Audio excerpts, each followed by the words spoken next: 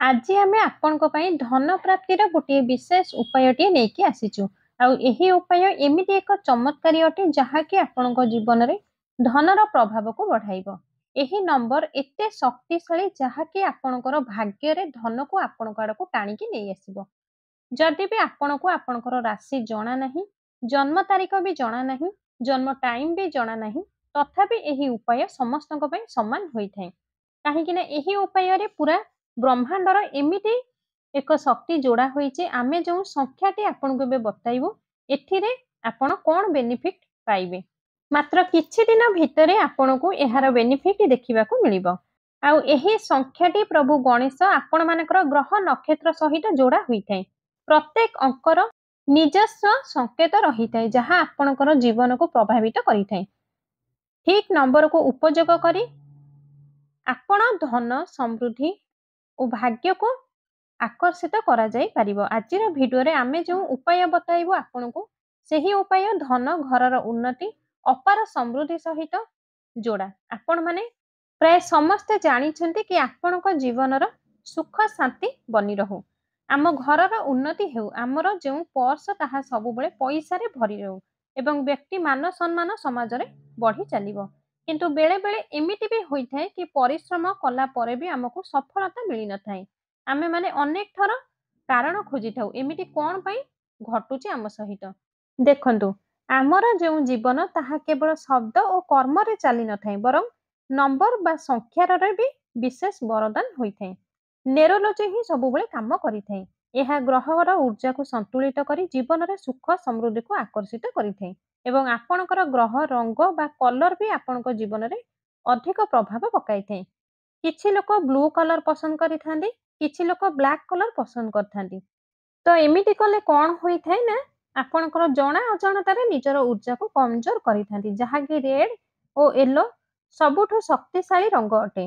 ଲାଲ ରଙ୍ଗ ହେଉଛି ମଙ୍ଗଳ ଗ୍ରହ ଓ ସୂର୍ଯ୍ୟଙ୍କର ପ୍ରତୀକ ଅଟେ, ଯାହା ଆମକୁ ସାହସ ଦେଇଥାଏ, ଊର୍ଜା ଦେଇଥାଏ, ବିଶ୍ୱାସ ଦେଇଥାଏ। ଠିକ୍ ସେହିପରି ଆଜି ଆମେ ଯେଉଁ ନମ୍ବର ବତାଇବୁ, ଏହି ନମ୍ବର ସବୁ ଜିନିଷର କାମରେ ଆସିବ।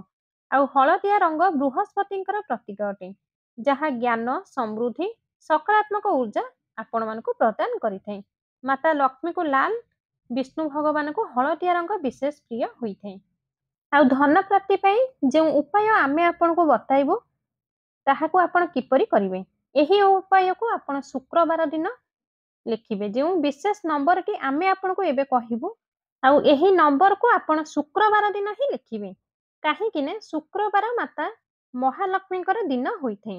ଆପଣ ଶୁକ୍ରବାର ଦିନ ଦ୍ୱିପ୍ରହରରେ ଗୋଟିଏ ଧଳା ରଙ୍ଗର ସାଧା କାଗଜଟେ ନେବେ। ସେହି କାଗଜରେ ଲାଲ କଲର ମାର୍କରରେ ସଂଖ୍ୟାକୁ ଲେଖିବେ।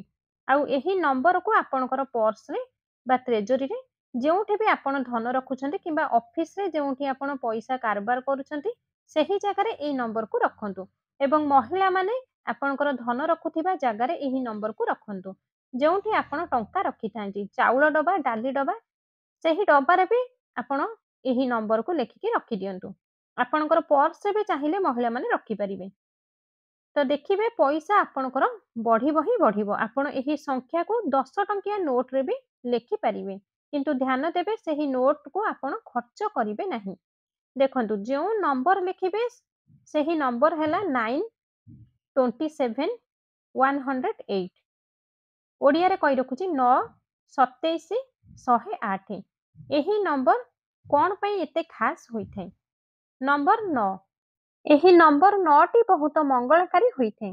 ଏହି ନମ୍ବର ଆପଣଙ୍କୁ ଊର୍ଜା ଦେବ, ଶାନ୍ତି ଦେବ ଏବଂ ଆକସ୍ମିକ ଧନର ପ୍ରାପ୍ତି ବହୁତ ଥର କରାଇବ।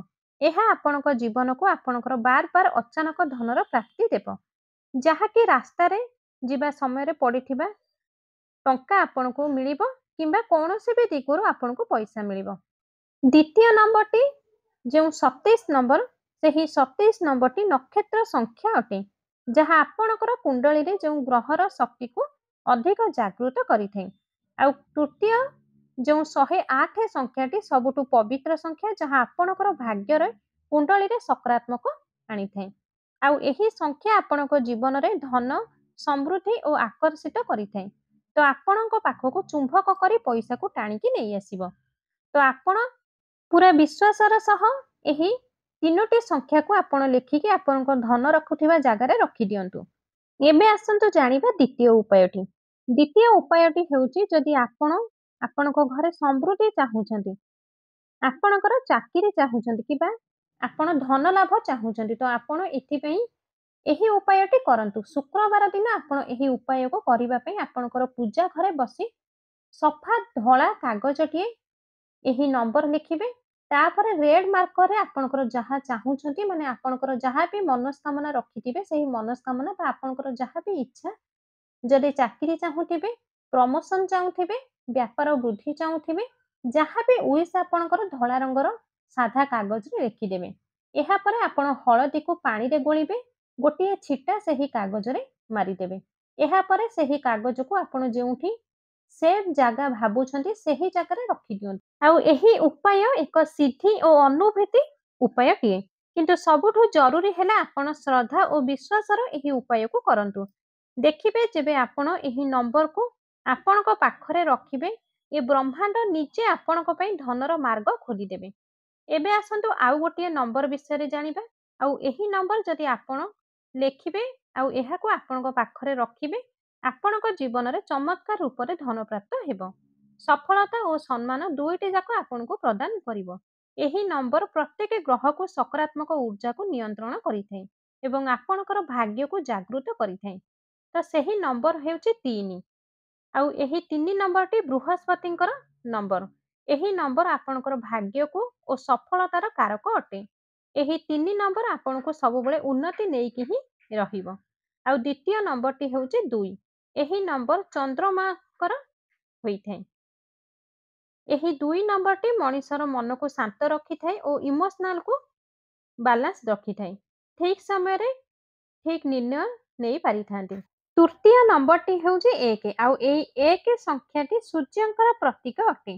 ଏହା ଆପଣଙ୍କର ଆତ୍ମବିଶ୍ୱାସ ବଢ଼ାଇଥାଏ ଓ ଆପଣଙ୍କ ଜୀବନରେ ଶକ୍ତି ଓ ଊର୍ଜା ଆଣିଥାଏ। ଚତୁର୍ଥ ନମ୍ବରଟି ହେଉଛି 9। ଆଉ ଏହି 9 ସଂଖ୍ୟାଟି ମଙ୍ଗଳର ପ୍ରତୀକ, ଯାହା ଆପଣଙ୍କୁ ସାହସ ପ୍ରଦାନ କରିଥାଏ। ଏହା ସହ ଆପଣଙ୍କର ସକାରାତ୍ମକ ଊର୍ଜାର ମଜବୁତ ଆଣିଥାଏ। ଏହି ନମ୍ବର ଆପଣଙ୍କର ଘର ଓ ଭୂମିର ସଫଳତା ଦେଇଥାଏ। ଯଦି ଆପଣ ଘର ନିର୍ମାଣ କରିବାକୁ ଭାବୁଛନ୍ତି କିନ୍ତୁ ଏହା ସମ୍ଭବ ହେଇପାରୁନାହିଁ, ତ ଆପଣଙ୍କୁ ଏହି ନମ୍ବରଟି ସାଥ ଦେବ। ତ ନିହାତି ଏହାକୁ ଆପଣଙ୍କ ସାଥିରେ ରଖନ୍ତୁ। ପଞ୍ଚମ ନମ୍ବରଟି ହେଉଛି 0। ଆଉ ଏହି ସଂଖ୍ୟାଟି ପୂର୍ଣ୍ଣତାର ପ୍ରତୀକ ଅଟେ। ଆଉ ଏହି ସଂଖ୍ୟାଟି ସବୁ ଗ୍ରହର ଯେଉଁ ଶକ୍ତି ଥାଏ ସେହି ଗ୍ରହକୁ ଆହୁରି ଅଧିକ ବଢ଼ାଇ ଦେଇଥାଏ। ଆଉ ଏହି 0 ନମ୍ବରଟିକୁ ଆପଣମାନେ ସକାଳ ସମୟରେ ଆପଣ ଏହି ନମ୍ବରକୁ ଗୋଟିଏ ଧଳା ସାଧା କାଗଜଟିଏ ନେବେ। ହଳଦୀରେ ଏହି ସଂଖ୍ୟାକୁ ଆପଣ ଲେଖିବେ। କିପରି ଲେଖିବେ ନା ସାଧା କାଗଜରେ ହଳଦୀକୁ ପାଣିରେ ଗୋଳିଦେବେ। ସେହି ହଳଦୀ ଗୋଳାରେ ସାଧା କାଗଜରେ ଲେଖିବେ 3, 2, 1, 9, 0। ଏହିପରି ଲେଖିବେ। ଆଉ ଏହି ଉପାୟକୁ ଆପଣ ଗୁରୁବାର ଦିନ କରିବେ। ଶୁକ୍ଳପକ୍ଷ ଗୁରୁବାର ଦିନ ଉପାୟଟିକୁ ନିହାତି କରିବେ। ଯେପରି ଆପଣ ସକାଳୁ ପୂଜା ପାଠ କରିଥାନ୍ତି ସେହିପରି ପୂଜା ପାଠ କରିବେ। ପୂଜା ସ୍ଥାନ ପାଖରେ ବସି କାଗଜରେ ଏହି ସଂଖ୍ୟା ଲେଖିବେ। ତା ତଳକୁ ଆପଣଙ୍କର ଯାହା ଇଚ୍ଛା ବା ୱିଶ୍ ଥିବ ତାହା ଲେଖିଦେବେ। ଏହି କାଗଜକୁ ଆପଣଙ୍କର ଯେଉଁ କୁଳ ଦେବତାଙ୍କୁ ବା ଆପଣ ଯେଉଁ ଦେବୀ ଦେବତାଙ୍କୁ ମାନୁଛନ୍ତି ସେହି ଦେବୀ ଦେବତାଙ୍କ ପାଖରେ ଏହି କାଗଜଟିକୁ ଅର୍ପିତ କରିଦେବେ ଏବଂ ପ୍ରାର୍ଥନା କରିବେ, ହେ ପରମାତ୍ମା, ଏହି ନମ୍ବର ଶକ୍ତିରେ ମୋ ଜୀବନରେ ଧନ, ସଫଳତା, ମାନ ସମ୍ମାନ ଓ ଅପାର ସମୃଦ୍ଧି ପ୍ରାପ୍ତି ହେଉ। ତାପରେ ସେହି କାଗଜକୁ ଆଣି ଆପଣଙ୍କର ପର୍ସରେ ପଇସାର ନୋଟ ମଝିରେ ରଖିବେ। ଆପଣ ଗୋଟେ କାମ କରିବେ, ସେହି କାଗଜକୁ ସେହି 10 ଟଙ୍କିଆ ନୋଟରେ ଲଗାଇ ଦେଇ ଗୋଟେ ଜରିରେ ସେହି କାଗଜକୁ ଓ 10 ଟଙ୍କିଆ ନୋଟକୁ ପର୍ସରେ ରଖିଦେବେ। ଏମିତି ରଖିଲେ ଏହା ଲମ୍ବା ସମୟ ପର୍ଯ୍ୟନ୍ତ ଆପଣଙ୍କ ପାଖରେ ସୁରକ୍ଷିତ ରହିବ। ଏହି ନମ୍ବରଟି ଯଦି ଆପଣ ଆପଣଙ୍କ ପାଖରେ ରଖିବେ ତ ଆପଣଙ୍କ ପାଖରେ ଧନ କମି ରହିବ ନାହିଁ, ଧନ ଆସିବାକୁ ଲାଗିବ। ଆପଣଙ୍କ ଜୀବନରେ ସଫଳତାର ନୂଆ ନୂଆ ମାର୍ଗ ଖୋଲିଯିବ ଏବଂ ଆପଣଙ୍କ ପର୍ସ ସବୁବେଳ ପାଇଁ ଭରି ରହିବ। ଆପଣଙ୍କୁ ମାନସିକ ଶାନ୍ତି ମିଳିବ ଏବଂ ଆପଣଙ୍କର ଆତ୍ମବିଶ୍ୱାସ ବଢ଼ିବ। ଆପଣଙ୍କ ଘରେ ସୁଖ, ସମୃଦ୍ଧି ଓ ସୌଭାଗ୍ୟ ସବୁବେଳେ ବନି ରହିବ। ବାସ୍ ଏହି ଉପାୟକୁ ଆପଣାନ୍ତୁ ଏବଂ ଆପଣ ଆପଣଙ୍କ ଜୀବନରେ ଚମତ୍କାର ଦେଖିବେ। ଆପଣ ନିଜେ ଦେଖିବେ 3 ରୁ 4 ଦିନରେ ହିଁ ଆପଣଙ୍କର ଏହାର ରେଜଲ୍ଟ ଦେଖିବାକୁ ଆରମ୍ଭ ହୋଇଯିବ। ତ ଆଶା କରୁଛି ଭିଡ଼ିଓଟି ନିହାତି ଭାବରେ ଆପଣଙ୍କୁ ପସନ୍ଦ ଆସିଥିବ। जदि भिडियोटी आपको पसंद आसी थाए तेबे आपनको मोर अनुरोध भिडियोटी गोटे लाइक निहाती करंतु। चैनल नुआ थिले चैनल को सब्सक्राइब करी पाखरे थिबा बेल आइकन टी को दबाई दियंतु। एही भिडियोटी को अधिकरू अधिक मात्रा रे शेयर करंतु। कमेंट बॉक्स रे जय माता लक्ष्मी अवश्य लिखंतु।